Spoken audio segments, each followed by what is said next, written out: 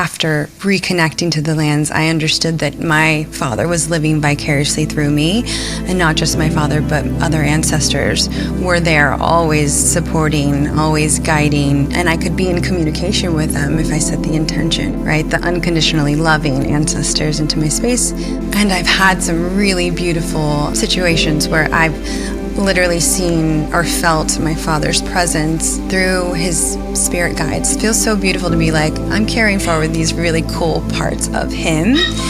And that's why it's so essential for us to remember our roots, to remember all parts of ourselves, to remember our ancestors and relatives, because whether we know it or not, we are connected to them, and we will carry forward their gifts, their wisdom, their beauty. And if we don't do this work, we will carry forward legacies of the trauma, of the wounds. We are living in a time where real connection often feels lost. This September, we are coming together to reclaim it. Sacred Sons Convergence 9, Remembrance, September 19th through 22nd. Join us in Brennan, Washington, where the forest meets the ocean, the masculine meets the feminine. Imagine a space where men, women, and couples come together to heal, grow, and celebrate life's sacred journey. This is a place to reconnect with your deepest self alongside others on the same path. Expect transformation, expect unity, expect to dive deep into the practices of ritual connection and ritual combat. It's time to confront the aspects of our life that are challenging. It's time to confront the hard, to have the hard conversations. And this year's pillar speakers will guide us, revealing the mysteries of grief, love, and the stories we've longed to rewrite. Hundreds are gathering because now is the time. Now is the moment to break free from old patterns, to heal, and to stand strong in our collective power as men and women. This is more than just an event. This is a call to remember who we are and who we can become together. If you have been waiting to return to community in remembrance, please go to sacredsons.com. Click on Convergence 9. At checkout, use the code BROTHERHOOD, all caps, for 10% off, and we will see you on the Washington coast September 19th through 22nd.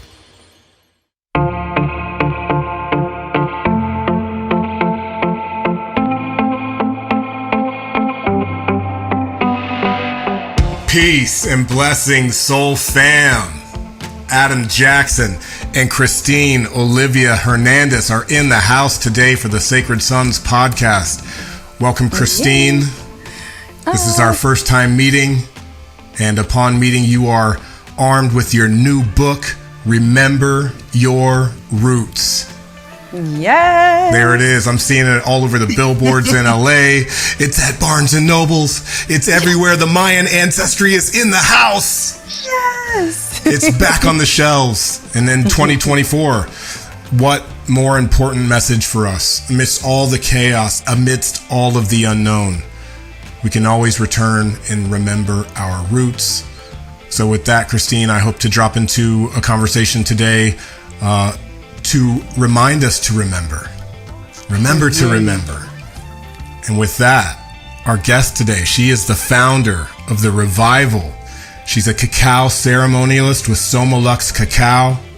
And like I said, she's a Mayan Spiritual Guide Initiate who has a new book out, Remember Your Roots. Please welcome Christine Olivia Hernandez.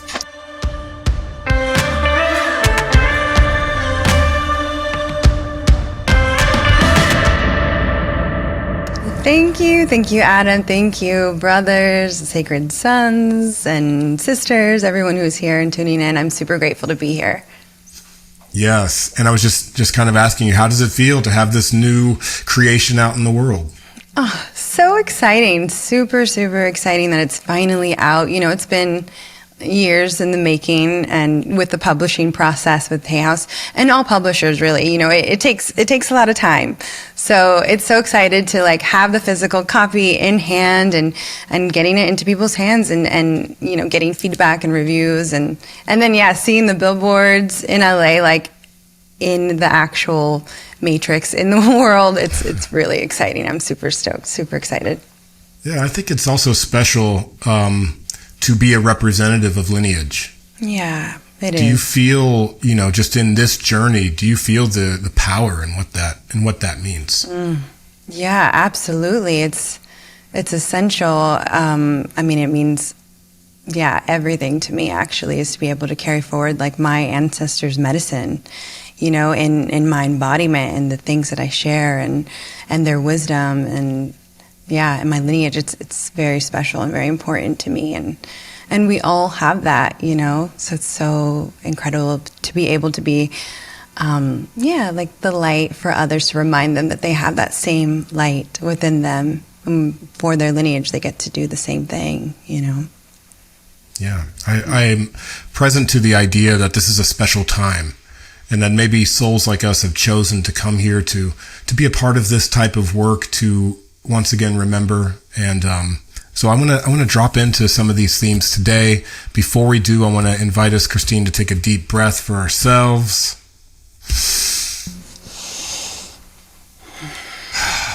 Scanning the body, feeling into this moment. And Christine, on this beautiful day, what is most alive within you? Today for me is gratitude. Gratitude, feeling super grateful to be here. To be in LA, the sun is shining above me. I'm here with my soul family. I'm here with you. Yeah, super excited to share my message, and so grateful to share my message and my story, because our stories are so important.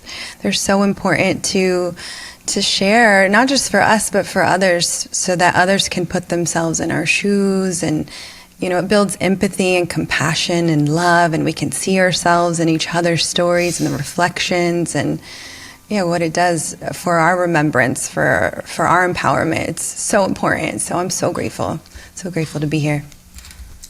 Yeah, and you have a specific gratitude practice. You have the Maltyox method. Yeah. The Maltyox method. What is unique about this method of gratitude, this practice? So Maltyox is gratitude. It means thank you in Mayan. But when the Mayans give thanks, it's a deep, profound gratitude. It's not a simple thank you, but this, gratitude in the body, feeling gratitude, right? Like being the embodiment of gratitude. And so the Maltyox method, the gratitude method, is us being in Thanksgiving. When I share Maltyox method with people, and I've shared with people all over the world, it's drinking Mayan cacao, which is that embodiment plant medicine that allows us to feel deeply into our bodies, to feel euphoric, to feel bliss, all these beautiful things because of all of the healing properties within it. And then it's meditation, to ground us, to support us in being the merging between the mother and the father, between the heart of the sky and the heart of the earth, and also movement. And so with the cacao as well, it really supports us in releasing and making space so we can come into that deep gratitude. So we can be the expression of gratitude within that space. And usually it includes a lot of dance, which is such a beautiful medicine as well. Gratitude through cacao, through the depth of our knowingness of what it means to be human here, and then through movement and dance. Very powerful. Cacao is one of those things that has also risen with the popularity of other plant medicines. Do you consider it a plant medicine alongside of the other teachers, you could say, the plant teachers? Absolutely, 100%. It's a profound plant medicine. And the most beautiful part is that it's so gentle and so easy on our nervous systems. And this is actually what we need. Like, living in the Americas, living in all parts of the world right now, for everyone, we can all enjoy, appreciate, receive so much medicine from the gentle plants, the nourishing plant allies. And cacao is really special because it is like a plant medicine. It's not a psychedelic, so you aren't going to have visions. however, you can have visions and work with your visualizations, but it's not going to be a psychedelic. You're not going to hallucinate and have that type of experience. It's more in the body and what it's doing to our bodies. It's a heart opener. I feel the blood pumping through the heart in just a bigger way, a more sensory way, where it's just yes, and then it does kind of invite in the movement with that blood flow. Yeah. Oh, yeah. Absolutely. It's pumping your blood more efficiently. Supporting the heart to be activated. It's helping the heart. I mean, it's very supportive for heart health. And then it's filled with antioxidants and vitamins and nutrients and PEAs that support, your serotonin, your dopamine levels as well. So you're going to feel really good, on a physical level. And then knowing that, your ancestors have been working with this medicine. My ancestors have been working with the medicine for thousands of years. So the Maya peoples, the Mexica, and even before them, the Olmecas. So it's been used for thousands of years for ceremonial purposes, for healing purposes, for honestly everything between life and death, for celebration. It was even used as currency at one point. Yeah. It's gold. It's gold, and it's literally considered and called the gift of the gods, the food of the gods, because it's so special. Yeah, the food of the gods. Maybe that's where Soma comes from in your Somalux. Yeah, Soma, also is the body, right? Again, it's the embodiment. Exactly. So the etymology of Soma is the body. And then a lux actually in Mayan means to be a guardian of nature, of the earth. And lux also in Latin, the etymology of lux is the light. So Soma Lux altogether represents, all of that medicine, being all of that to support you to be in your body, for you to bring forth the light, right? And also to know that you are a guardian of the plants of our beautiful nature, Mother Earth. Yeah. Yeah. It's been used for thousands of years. It's been utilized. It's been revered for thousands of years. When did it first come into your life? When did you sip this delicious nectar and go, you know what?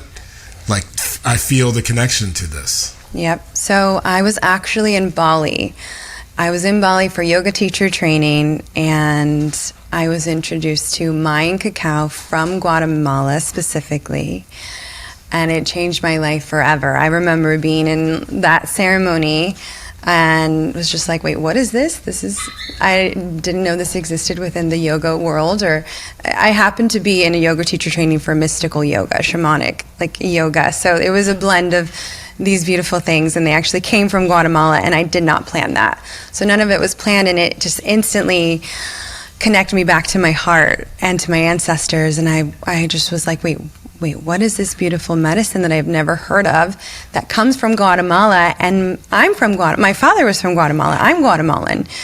How do I not know about this? And how is it that we're eating chocolate and not knowing that when we have cacao or chocolate in its pure form, as cacao, it's beautiful medicine. It's heart medicine. So it was an instant thing for me, an instant knowing, and I knew that I was meant to work with the plant for my healing, but also I knew I was meant to share it in a big way with the world.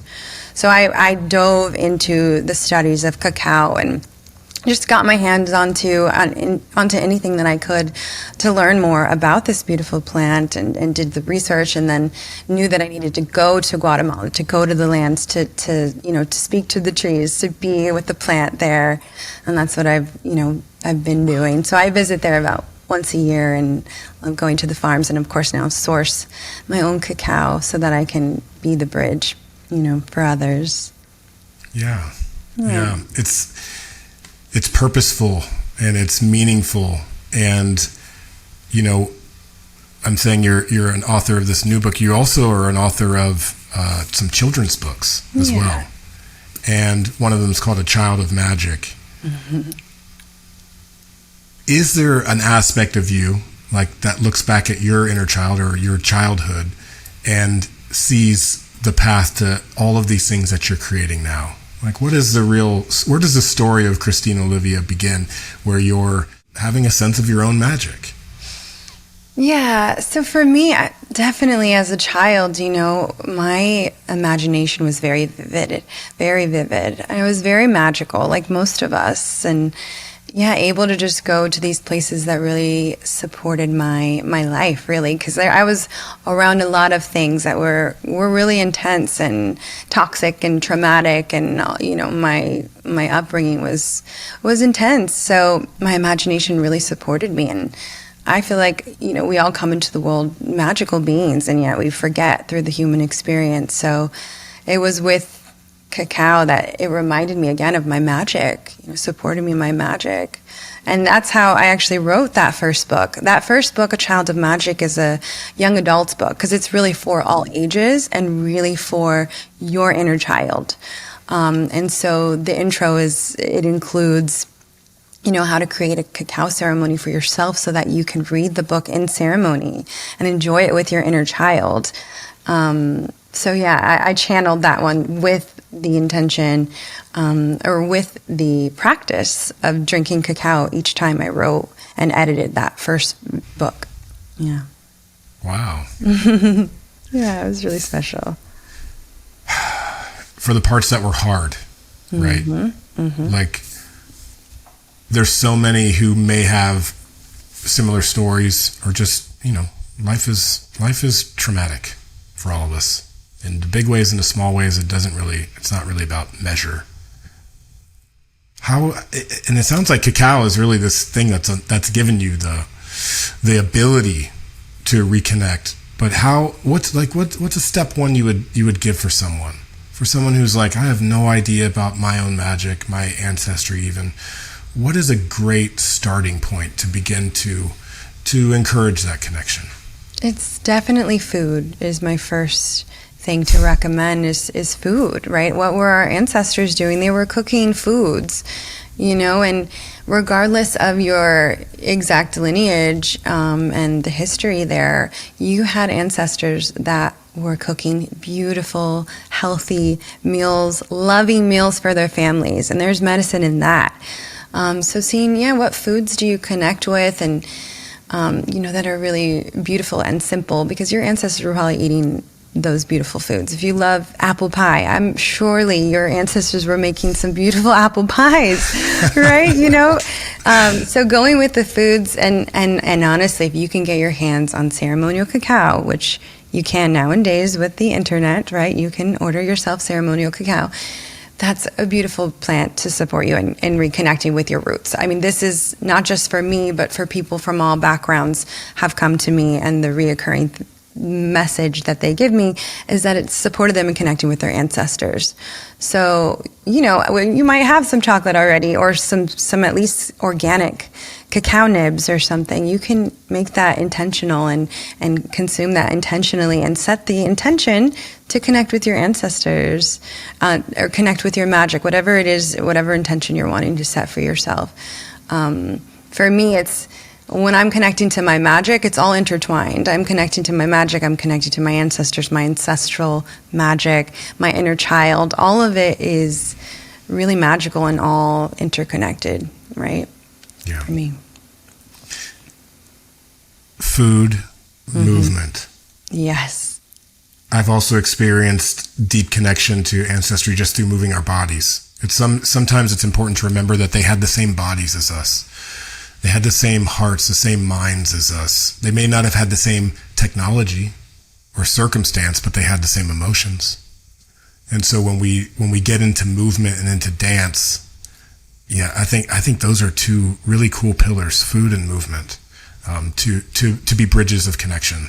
Yeah, and if you're like, well, what should I move to? The drum can really support us in moving ancestrally, like magically, right? Because our ancestors were dancing to the drums, right? Before we had all of, the technology and these beautiful songs now. The drum is like the simplest thing that you can move to and really tune into that.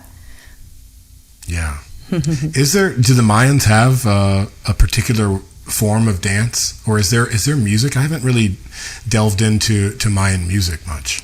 So they have their own instruments. I don't know the names of them all, and they have their own dance and ceremonial dances.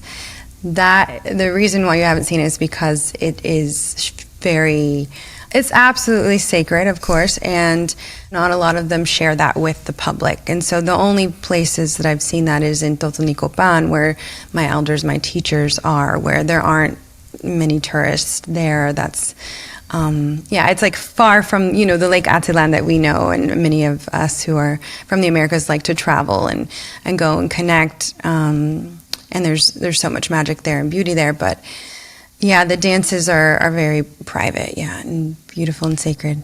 Is there an experience or a story from meeting your teachers and mentors down there that you could share with? What does it mean for someone of Guatemalan descent? You're born in North America? Yeah. Born in America. Mm-hmm. And, what is it like to go down there and to reconnect with these folks who share your same blood? I'd love to share like how it was for me, because my father isn't here anymore, so my Guatemalan side, I have no family in the physical, no relatives to connect with. He passed away, and there was so much trauma around that side, so that's why it was so potent for me when I did reconnect that side of myself, because he took his life the same month that I turned 22. He took his life. This was in 2009. And it shattered me. I felt like I lost an opportunity to connect with my father, right? This part of myself that I thought that I would get the chance to when it was the right time. And I definitely have had that chance, but it was with his, spiritual and non-physical side, right? His essence. And so for me, it was going to the lands at first. How it began was just connecting with the ancestors of the lands. And just seeing the Mayan peoples as like my kin, as my cousins, my aunts, my uncles. And that was beautiful in the beginning. And then it was finding the right teachers for me, the teachers that resonated with me. So in the beginning, it took time. It took time to find my particular teachers that I'm speaking to, the nanas and the tatas in Totonicapán. So when I finally did visit them, the first time I visited them in Guatemala, it was so special. It's hard to even put into words, but they invited me to a beautiful ceremony for bats, and to see their traditional dance, their traditional ceremony, and to be one of the few people who are not from their community. It was mind-blowing and so incredibly special, and to see their dance. And I will share, like, their dance is so beautiful, and it's simple but so magical, and I was able to dance with them, so it blew my mind that they invited me to dance with them, which is also a rare thing. They don't always let everyone dance with them, so I was one of the few that got to dance. And they like to dress up too, which is really special, and like be the embodiment of different animals. So very special. Wow. Mm-hmm. Wow. Did you feel like you knew how to move? Did you have any trepidation, like, I don't know? Or were you just like all in? I was all in. I was all in. I was ready. I was like, yes, they knew. They could just feel that I'm a dancer too. That's really cool. Yeah. The ways to connect. Sometimes I feel the way these things are talked about, it feels like something that's so very far away from us. And yet it's just at the other end of that sip of cacao, or that dance, or that beat of that drum. Mm-hmm. It's actually here all the time. Mm-hmm. And so are the ancestors. Do you feel the presence of your father? You kind of mentioned that you reconnected through his spirit on the other side. Mm-hmm. Do you feel his presence as a guide for you now? Absolutely. Yes. And they're always with us. So I've always understood that the ancestors, not always, after really cacao, after, reconnecting to the lands, I understood that my father was living vicariously through me, and not just my father, but other ancestors were there, always supporting, always guiding. And I could be in communication with them if I set the intention, if I called in the ancestors that I wanted to, the well, the wise, right, the unconditionally loving ancestors into my space. And I've had some really beautiful situations where I've literally seen or felt my father's presence through his spirit guides, through animals, through the crow specifically. So my father's nickname actually was Crow, in his physical and in his life.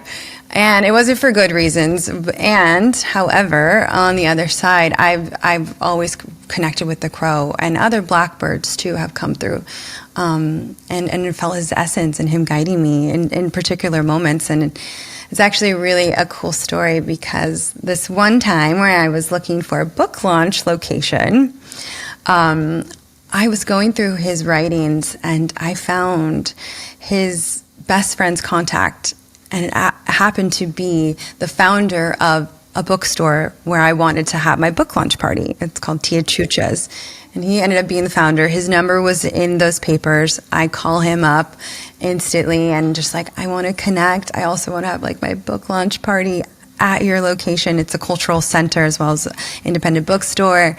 Love the work that Tia Chucha's is doing. I had already gone to Tia Chucha's a couple years before, not knowing that connection, because I put a Child of Magic in the store. I had just seen it online and was like, a Child of Magic should be there. That's literally the home of this type of book, right? It's a beautiful space.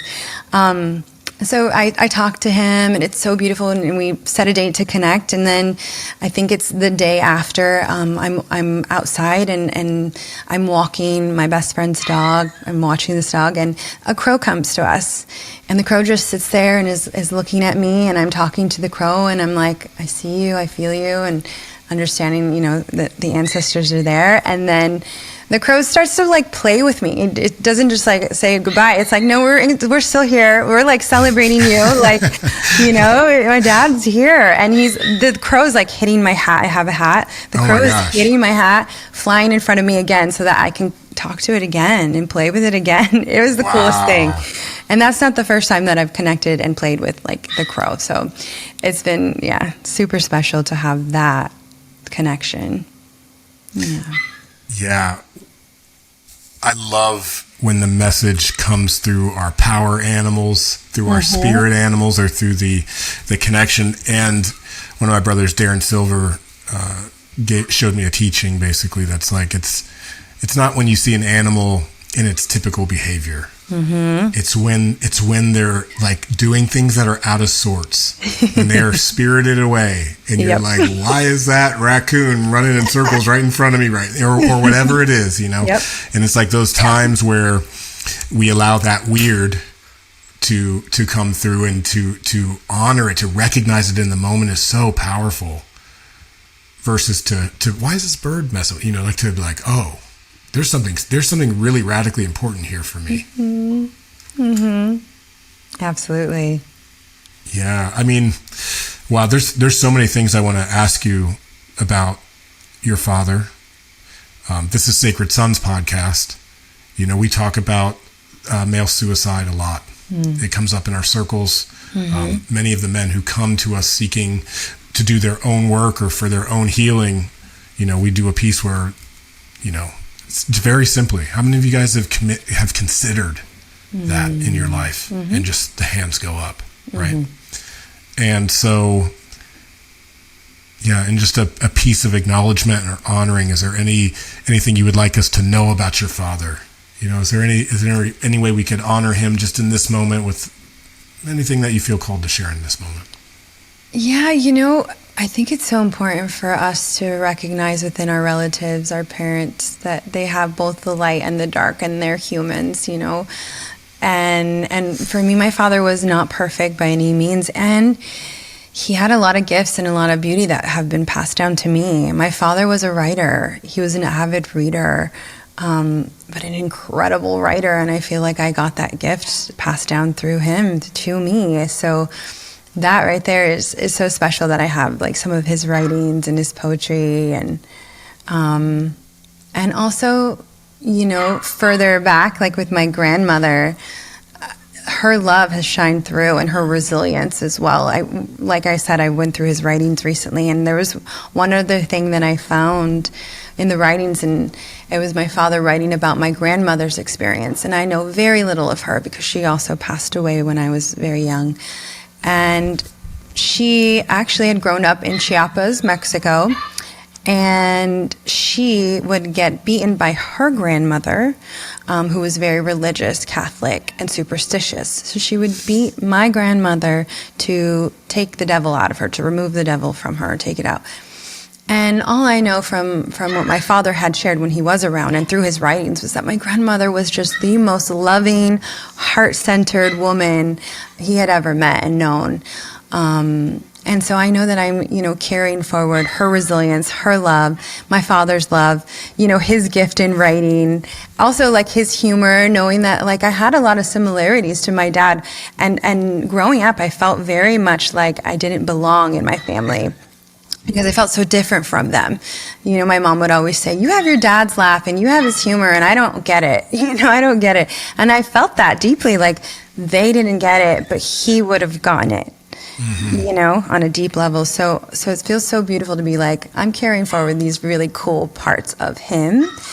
And that's why it's so essential for us to remember our roots, to remember all parts of ourselves, to remember our ancestors and relatives, because whether we know it or not, we are connected to them, and we will carry forward their gifts, their wisdom, their beauty, right? And if we don't do this work, we will carry forward, the legacies of the trauma, of the wounds.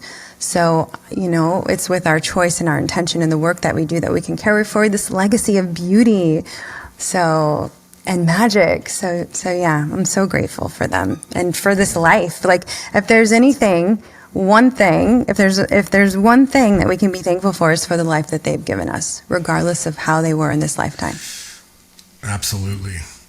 The fact that every single one of our ancestors survived to successfully look after and pass on to us life. Yeah. That's the mission. To pass it on. And I have 4 children, and so I get to see it in their joy and their magic every day. And I feel so fortunate,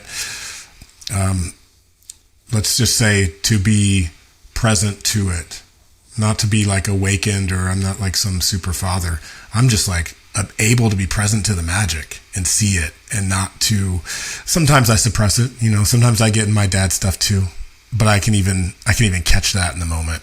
And like, I'm trying to preserve that magic really for them forever. I want, I think parents these days, we all want to support our kids' magic. Yeah.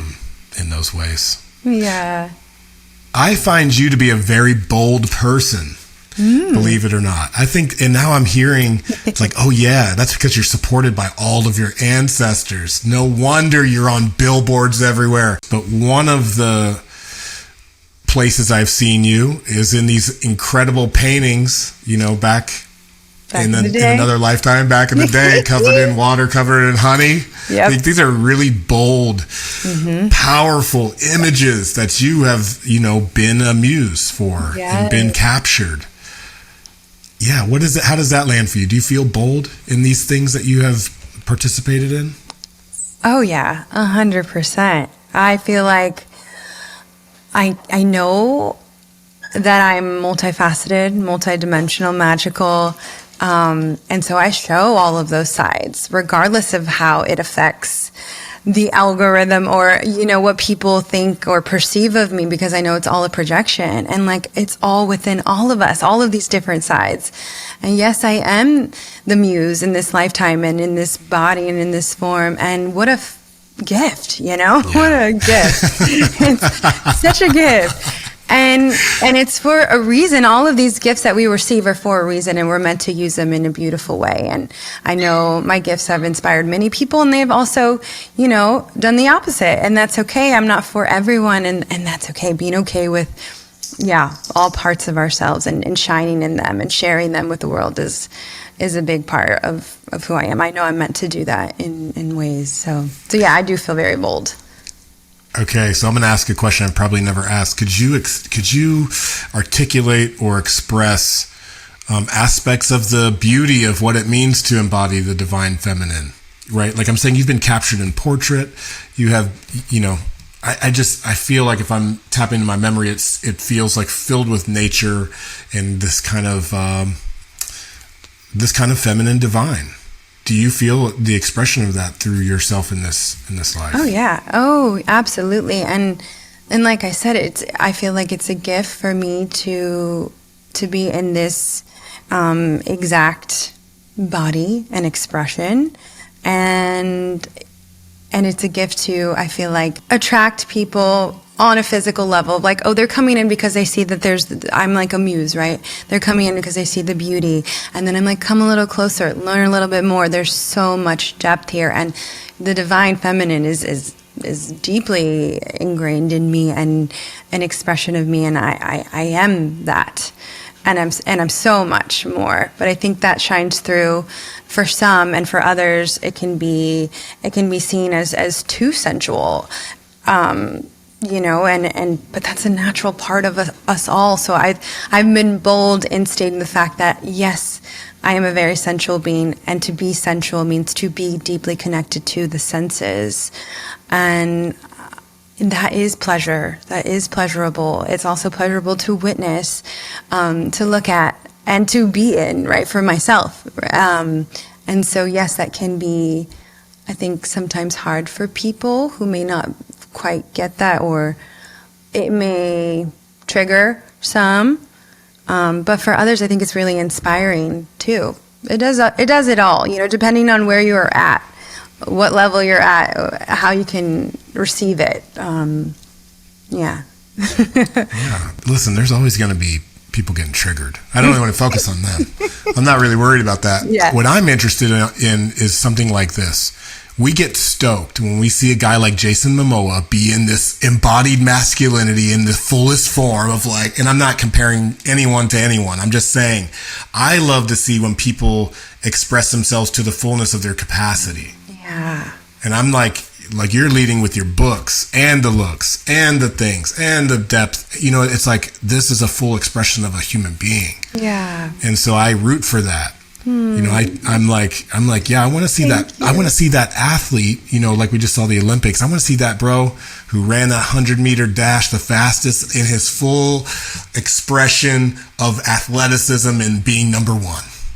I think there's room in this world to be like, yo, that's who's number one right now. Mm-hmm. We are in kind of a society that leads with shallow nature. Mm-hmm. But I think when it's embodied fully and correctly, it can be this very, very profound thing that we get to recognize in others. And of course, if we see it in others, then we have it in ourselves in some way. Mm-hmm. Yeah, absolutely, absolutely. I love that. Yeah, I mean, so we get to remind each other, I think. Yeah. Like, so the remembering too is a reminder, reminding each other through embodiment. Mm-hmm. In the Mayan culture, is there goddess? Is there priestess? I know there's mother, and I know there's like the rooted part, but what is it in the Mayan tradition around the feminine? I do have to be honest, I feel like the patriarchy has infiltrated all parts of the world, and even most indigenous cultures as well. And so, yes, there were in ancient times the goddesses that they would speak to. From what I've learned from my teachers now, we don't speak to the goddesses or the divine feminine energies. It is about the mother and the father, absolutely. It is about nature and the cosmos and all these beautiful things. I think our ancient ancestors, though, absolutely honored the feminine aspects and our sensuality and our sexuality. And I think those things have been pushed a bit aside, most likely because it was very dangerous, right? Just like with sharing cacao, many of the Mayan peoples don't share cacao, don't know the power of cacao in ceremony. They consume it, they eat it nowadays, but to find Mayans working with cacao in ceremony is very rare. So yeah, I feel like for me, this is an ancient knowing, and in my ancestral bloodline, that's an important aspect of it.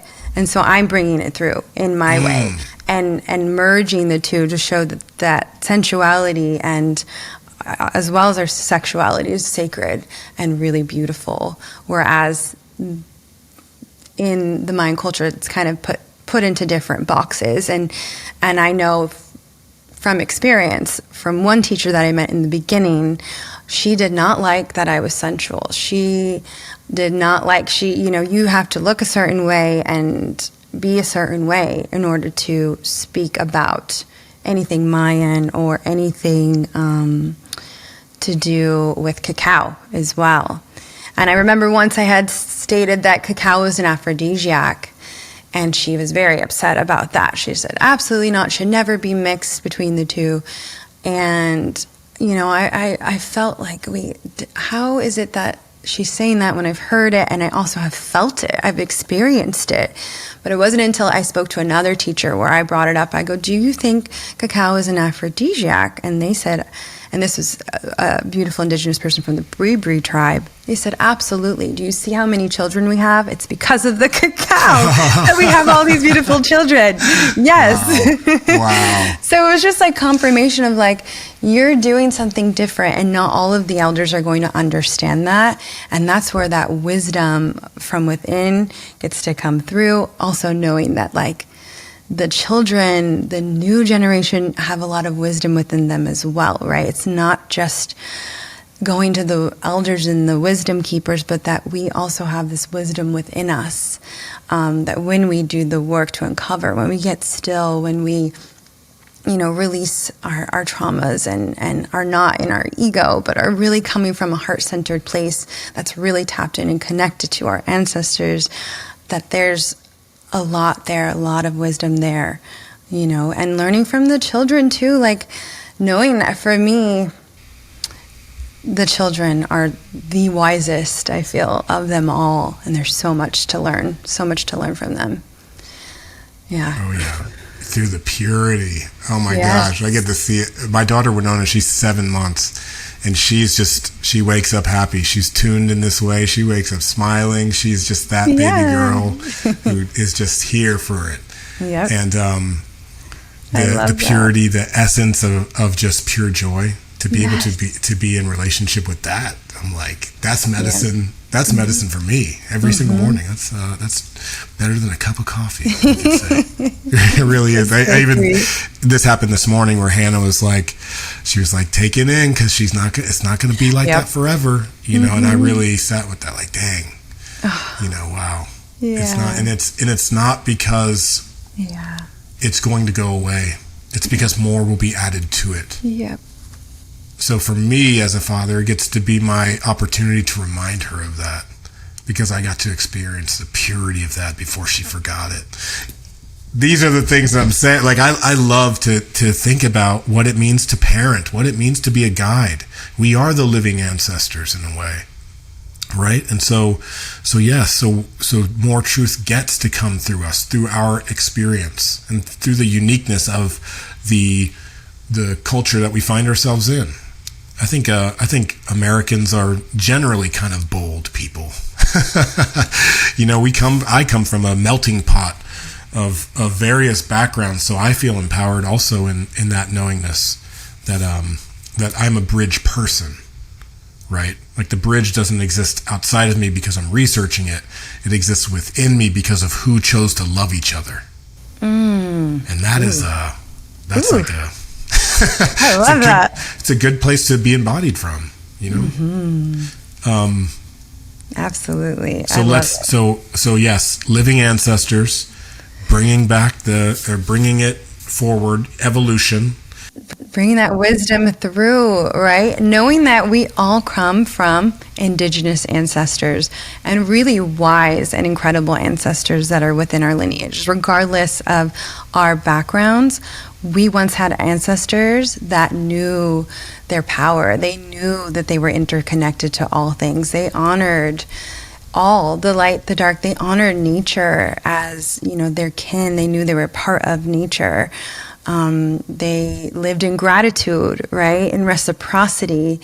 They lived in right relationship with the world around them. There was a time that we had ancestors that were doing that, were living in a good way, something obviously shifted for many of us, and we forgot, and we lost that connection, but it's still within us. So I find it so important to know that, and a way to connect, like we mentioned the food, but also finding out like what herbs did your ancestors work with is so important.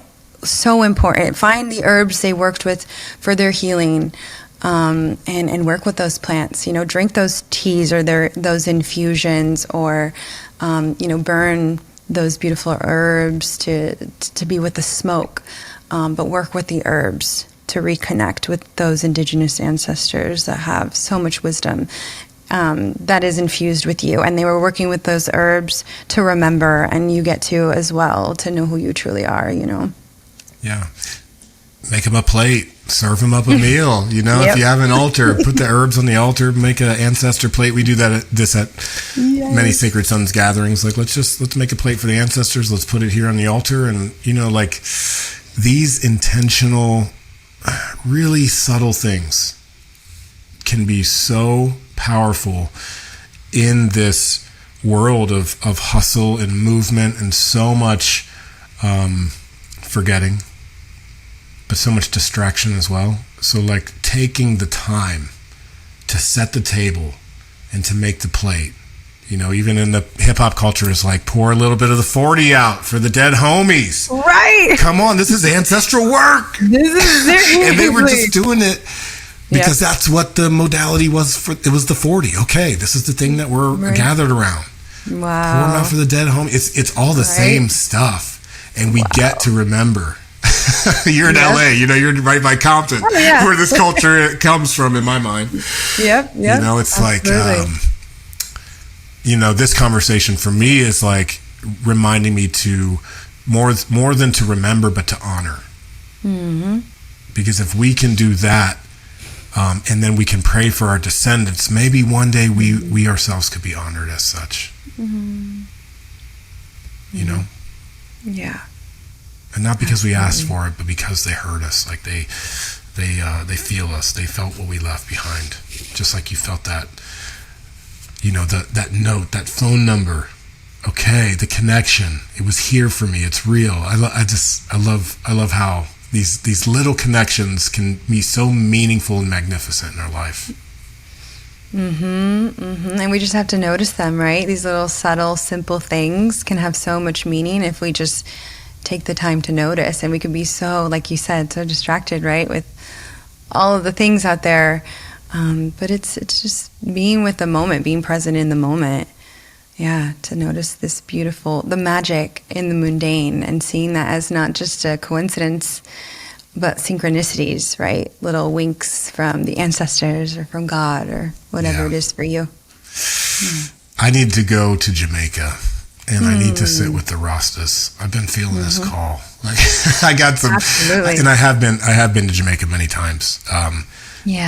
And I've been to Blue Mountain. I've gone to see the coffee. But I need to go sit with the Rastas and smoke, and just to be with them, because I got to remember on that level too. It's been coming up a lot for me lately. I love it. Yes. And all parts that you're from, like for me, I go to Guatemala, and I also go to Mexico because I have that too. And then I also feel the call to go to Scotland and to Ireland because of my grandfather from my mother's side. And that American part of me is a huge melting pot of Scottish, Irish, English, and German. I've been to Germany. I absolutely loved it. I've been to England as well.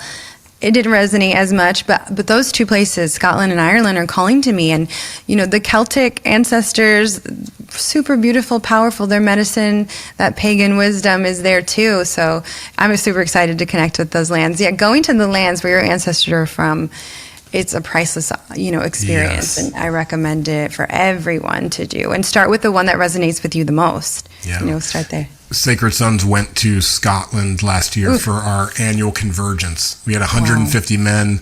This estate was actually stewarded by 14 generations of the same family, and they had their photos all over the walls, their documents, and the ancestry was really intact in this place.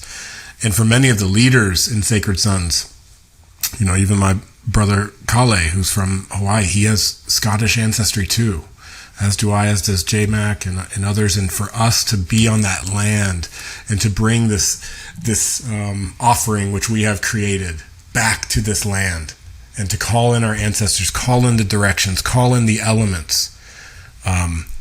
Yes, not only to visit, to be a tourist, but to be an active participant in it, in the story that's happening. There was a major shift in what I believe, like, kind of all this work is leading us towards, preparing us for. We were just in Ireland a month ago for an EMX. We had 80 men gathered in Ireland, led by some of our Irish brothers, Luke, DPF, and others. And yeah, like I'm saying, not only to be a tourist, but to do the work on the land, to grieve, to lay some prayers down. This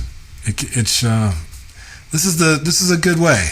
It's a good way. I'm not really interested in going to see a mall in Paris. You know what I mean? But to get on some land with some people, and we had bagpipes, we had drummers. It was really evoking of how to awaken your ancestral power and live with gratitude. That's what it was. It's a lived version of that. What a way to honor ancestors, Wow. Yes. Absolutely. So for my brothers and sisters who are listening, find those ways to awaken your ancestral power and live with gratitude. What a good way. What a good way. And a good walk, and a beautiful invitation from you. If brothers and sisters want to connect with you, if they want to connect with the revival that's happening, tell me a little bit about revival. This is a gathering? Yes, it's an online gathering. People like to call it an educational center, because we are educating the people on so much. On the history of the Americas is really important to me, because most of us live in America, and so I love bringing elders to speak to that. But bringing people from all different cultures and backgrounds, elders, teachers, healers, artists, musicians, to share their story, to share their medicine. It's all people that have inspired me, that I see that are walking in their ancestral magic in a beautiful way. So wanting to bring them all together so that we can, basically sit around the fire and listen to each other's stories and be activated in some way. I remember when we saw, we had Eric Hernandez do hoop dance, and his dance activated something within me just by seeing the dance. It felt like I was witnessing the embodiment of interconnectedness. And it was through that dance I was brought to tears. It was so potent. So I love it. I love it for myself. I knew I wanted to see it, and so I brought it together. And we do it about twice a year now, so biannually. And it's potent. It's really, really beautiful and special. Yeah. Yeah, and I love that, to acknowledge those that came before us, that have the wisdom to share. Yeah, exactly. Yeah, and this piece that you're speaking to, it's like, maybe you have in this chapter been steeped in Mayan ancestry, but to acknowledge all of it, the fullness of it, I think, is also a really beautiful invitation. Absolutely. Ooh, I would love to share something too before moving on to the next thing about a beautiful wisdom from the Mayans. I want to give you a word or two words. You have Maltyox, but I want to share Oxlahil Maltyoxil. And this is 13 thank yous, right? The Mayans, gratitude is a staple for most indigenous cultures, but for the Mayans, they give thanks to all things, to everything daily, right? They're giving thanks to the food, to the direction, to the wind, to the earth, to everything throughout the day. They're in a state of gratitude. And Oxlahil Maltyoxil is encompassing all things, because 13 means wholeness, it means completeness. And then you have the Maltyoxil. So that's a beautiful word to give thanks to all things, even if we don't remember the names of things. When we may forget things, but it's remembering that thank you to everything that is, for reminding us of our wholeness, of our completeness. And also I want to share that the book is 13 chapters to support you in that feeling of wholeness. And that thread of gratitude lives within the book. It's a very important part of the book because it is that thread to bring you back into your center, to bring you back into the frequency of love, right? And it's a simple practice, however, it's profound. And the simplest things are usually profound and so powerful. So gratitude is that thing, and it's not just about talking about it or writing about it, but again, embodying it and expressing it and coming to the practice of it every day, because it is a practice and we do forget, and that's okay, but we get to remember, you know. Yes. Give thanks to all things. All things. Sometimes we even get to be grateful for the things that are hurting us, the things that are challenging us. Yep. You know, I think that's the magic in the gratitude practice.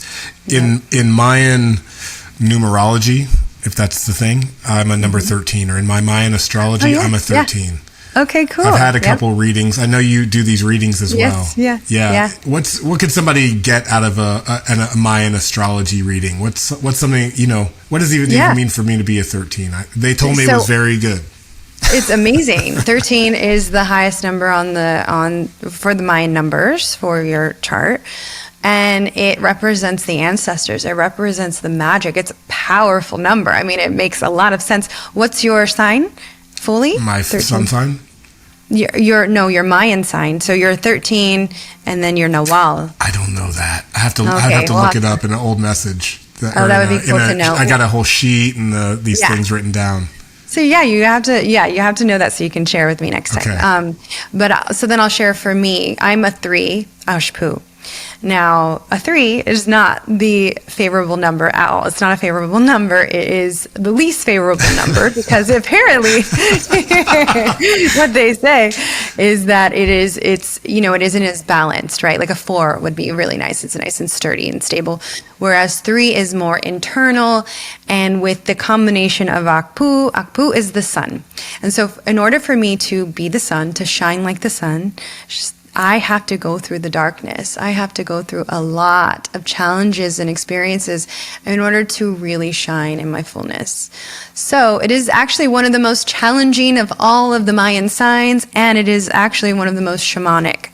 And when you have that sign, it's usually like a given that you are someone who is here to help guide others, to help heal. And to be a medicine person as well. So it's that, it's the light and the dark. So knowing your sign is really beautiful because it supports you in knowing where you come from, right? Because when you learn about your sign, you also know about your past. You get a cross. So you hear about your past, who you are in your essence, right, with that sign, and then where you're going for the future. So for my future, I'm going into Canil. And Canil it is like the corn. It is the golden honey. It is abundance, prosperity. So it's like, I'm going to go through some things. I'm going to learn a lot. And on the other side of that, there's going to be a lot of beauty that I receive going into my eldership. And then you learn about your feminine sides and your masculine sides, just to know how you work with the feminine within you, but also the feminine in your world, the feminine figures, and then the masculine figures in your world too, and like how to work with those energies. So it's very fascinating, and I think all these beautiful things can support you.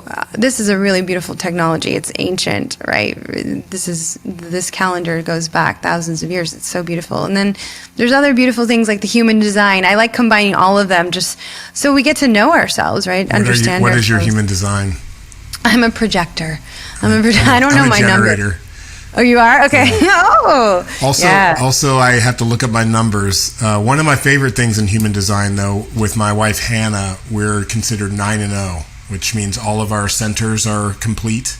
Like our centers complete each other. And so that's called cool. 9.0, and we say 9 and 0, nowhere to go. Like if we can't figure it out in our relationship, there's nothing else outside of it that can. Does that make sense? That's our comeback. Like 9 and 0, nowhere to go. We're gonna have to figure this thing out. Wow, how cool is that? Yeah, it feels good. It's we're devoted humans anyways, but that when the astrology lines up with it and gives that confirmation, because that's really what it is. It's a map. It's like we are the ultimate technology, but these things give us a little bit of a map, a little bit of a code. And for me, it often gives confirmation into what I'm already feeling or experiencing. Exactly. And you can, and you learn these little things. And again, it's what resonates with you, and the things that don't, they don't have to. But I do love the fact that it's not all just like, I don't know, like loving and easygoing. Some of the signs are like real with you, like the triage boot. You're like, oh, wow, okay, that makes sense. And some of them are going to tell you like, it's not super favorable, but you can work with that, and just being like real with it. Like, not like, it's like, okay, it's not looking good, but let's work with that. Yeah. Like, how can we work with that? Okay. Just real, Yeah. That's interesting. Yeah. Got to keep it real. Those influencer lives be looking good out there, but listen, everybody's got it. Everybody's done shit. Everybody's been through shit in their own way, and everybody's got it, to move through and to go through. And I think it's messy. I think it's important to embrace the elements that are not as favorable, right? Yep. That's what we get to do. They teach us. Yeah. They teach us so much, the challenges. Yeah. Yeah. All right. We're in a good place to wrap this. Christine, with everything you got going on in your world, there in LA with your best friend, Sahara Rose, kicking it. You guys are clearly having a great time. Is there any final message or words that you would like to leave with the brothers and sisters who are listening? And they made it all the way this far in our conversation. They just want to know, what final message does she have for me today? Hold on to that thread of gratitude, please. And just really feel into how beautiful it is to be in your exact makeup, your body in this moment, to have, a body to feel and to be here now. Like, it is such a gift. And maybe we celebrate that together. Yeah, thank you all for tuning in. And also, if you have children, I do have 8 children's books as well. I know we talked about You've the written YA. 8 children's books. Wow. Yeah. So that's super fun and so beautiful, and the kids love them. So are they also of the spiritual nature? The children's books. Yeah. Absolutely, of course. So the children's books, there's 5 of them for the series for Olivia, which is an extension of A Child of Magic, but for the children. So there's like 5 parts for her, and then the other 3 are just like one-off spins of like, there's a witch book, there's a mermaid book, and there's a little book for the brothers and the boys called Alex's Adventures. So that was like a one for my nephew. So for everyone, all the different things. And who knows how many more will come. But for now, it feels very complete with all my children's books. They're really sweet. Wow. Stay prolific. I mean, a lot of people talk it, but you're actually out here putting the pen to paper, publishing it, getting the billboard. I love it. I love to see it. Thank you so much. I love it. Cool. All right. In gratitude. Christine, Olivia Hernandez, Adam Jackson, remember your roots. We are out. Family, much love and blessings. We will see you on the other side. Peace. Peace. Maltyox.